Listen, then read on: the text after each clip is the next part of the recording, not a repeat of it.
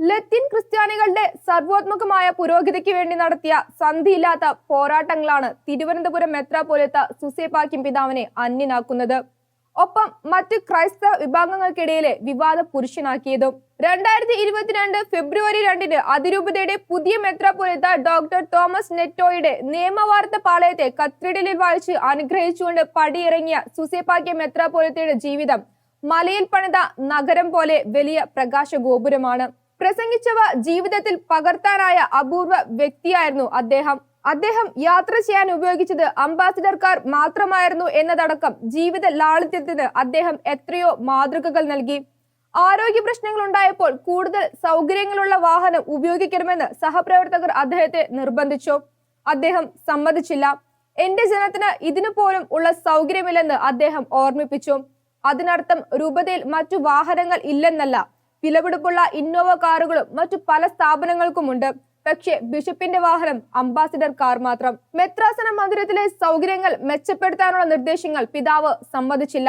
അവസാനം ആർച്ച് ബിഷപ്പായി ഉയർത്തപ്പെട്ട കാലത്ത് അദ്ദേഹത്തെ കാണാനെത്തിയ ഒരു അതിഥിക്ക് ഹോട്ടലിൽ മുറി ഉറുക്കേണ്ടി വന്നപ്പോഴാണ് ചില പരിവർത്തനങ്ങൾ വരുത്തുവാൻ അദ്ദേഹം സമ്മതിച്ചത്. അതിന് ചുമതല ഏൽപ്പിച്ചതാകട്ടെ ഇക്കാര്യത്തിൽ പിതാവിന്റെ നിലപാടുകളെ അങ്ങേയറ്റം മാനിക്കുന്ന രൂപതയുടെ ഫിനാൻസ് സമിതി അംഗമായിരുന്ന ബെന്നറ്റ് മാർട്ടിൻ എന്ന ആത്മീയനെയും. ലാളിത്യം ചോർന്നു പോകാതെ അദ്ദേഹം ആ ദൗത്യം നിറവേറ്റി.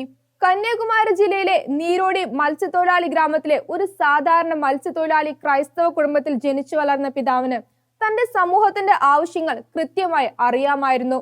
അവയ്ക്കുള്ള പരിഹാര മാർഗങ്ങൾ അദ്ദേഹം ആത്മാർത്ഥമായി തേടുകയും ചെയ്തു. ഈ തിരിച്ചറിവും അന്വേഷണങ്ങളും അദ്ദേഹത്തെ ചരിത്ര പുരുഷനാക്കുന്നു.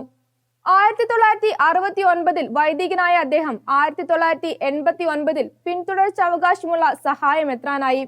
മനസ്സിനുള്ളത് മറയില്ലാതെ തുറന്നു പറയുന്ന സ്വഭാവക്കാരനായിരുന്നു പിതാവ്. 1990 ഫെബ്രുവരി 2 മെത്രാഭിഷേകം. രോഗക്കിടക്കയിലായിരുന്ന മുൻഗാമി ജേക്കബ് അച്ചൂരപ്പറമ്പിൽ പിതാവ് 1991 ജനുവരിയിൽ വിരമിക്കുകയും തുടർന്ന് സൂസേപ്പാക്യം പിതാവ് ചുമതല ഏൽക്കുകയും ചെയ്തു. കുറെ കാലം കൂടി അച്ചാരുപറമ്പിൽ പിതാവിന്റെ കീഴിൽ കഴിയാനാവും എന്നായിരുന്നു എന്റെ ധാരണ. തന്റെ നിയമന വാർത്ത അറിഞ്ഞെത്തിയ മാധ്യമപ്രവർത്തകരോട് അദ്ദേഹം നിഷ്കളങ്കമായി പറഞ്ഞു. അക്കാലത്ത് ഒരിക്കൽ തെരഞ്ഞെടുപ്പ് കാലത്ത് പിതാവ് മാധ്യമപ്രവർത്തകരെ കാണാനിടയായി. സഭയുടെ നിലപാടിനെ കുറിച്ച് ചോദിച്ചപ്പോൾ സഭ എക്കാലത്തും പാവങ്ങൾക്കൊപ്പമായിരിക്കുമെന്ന് പിതാവ് പറഞ്ഞു. കമ്മ്യൂണിസ്റ്റ് പത്രക്കാർ പിതാവ് കമ്മ്യൂണിസ്റ്റ് പാർട്ടിക്കൊപ്പം എന്ന മട്ടിൽ തെറ്റായ വാർത്ത പ്രചരിപ്പിച്ചു.